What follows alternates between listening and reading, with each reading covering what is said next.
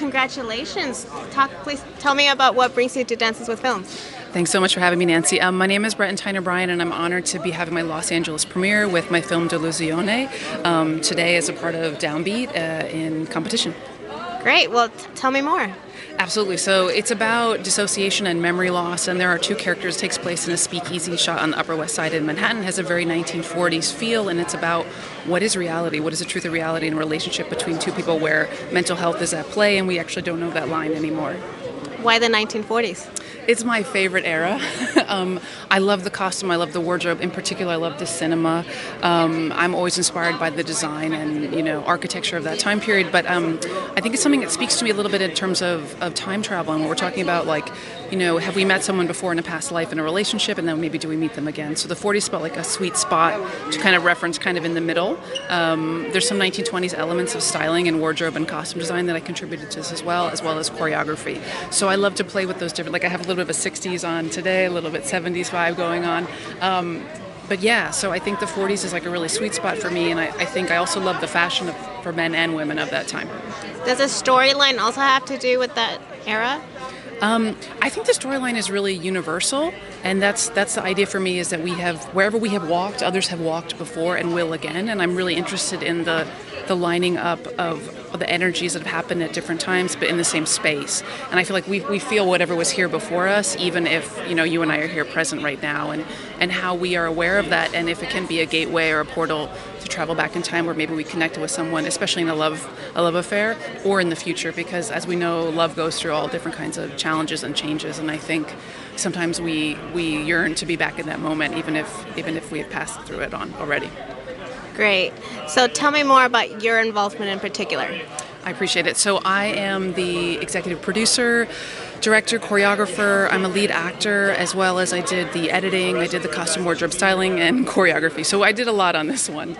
And I was grateful for the opportunity. I mean, I learned to edit to complete this film, and I think that was a blessing in disguise. And I'm grateful this film has won a lot of awards, in particular for editing, for costume design.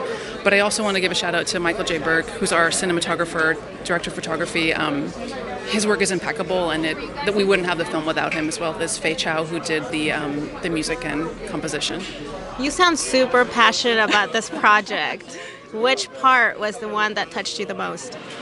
Which part touched me the most? It's like a feast for me. So you really read my passion, my appetite for it. But I loved all of it. I think there's like this kinetic, addictive quality to filming and to making. So that sweet spot for me is like all of the stress and building I do, and then we arrive on set and we know we have like a very limited amount of time to make this thing happen. That rush for me, because I've been a performer my whole life, that rush right there is like the absolute sweet spot. But that can't last, right? That no one can afford to pay for that or emotionally to sustain that. So I think the sweet spot is pushing through at what feels like a slower pace, whether I'm sitting and editing instead of acting, to really get those tweaks just right in terms of the musicianship, and in terms of can we boil this down to 7 minutes? It's going to be captivating when we've spent hours and months and a couple years on it. So I think I love the whole process, but then again, I think for me the two highlights are actually shooting and then seeing it on the big screen. There's nothing like that. That's sort of like that wash, that wave of sound, of color, and of I've been lucky to screen this film a couple of times. It's screened at Cannes.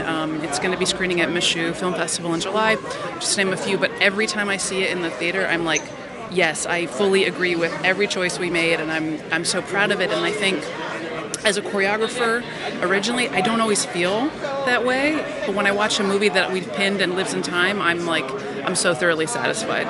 So that's my long and my short answer for you.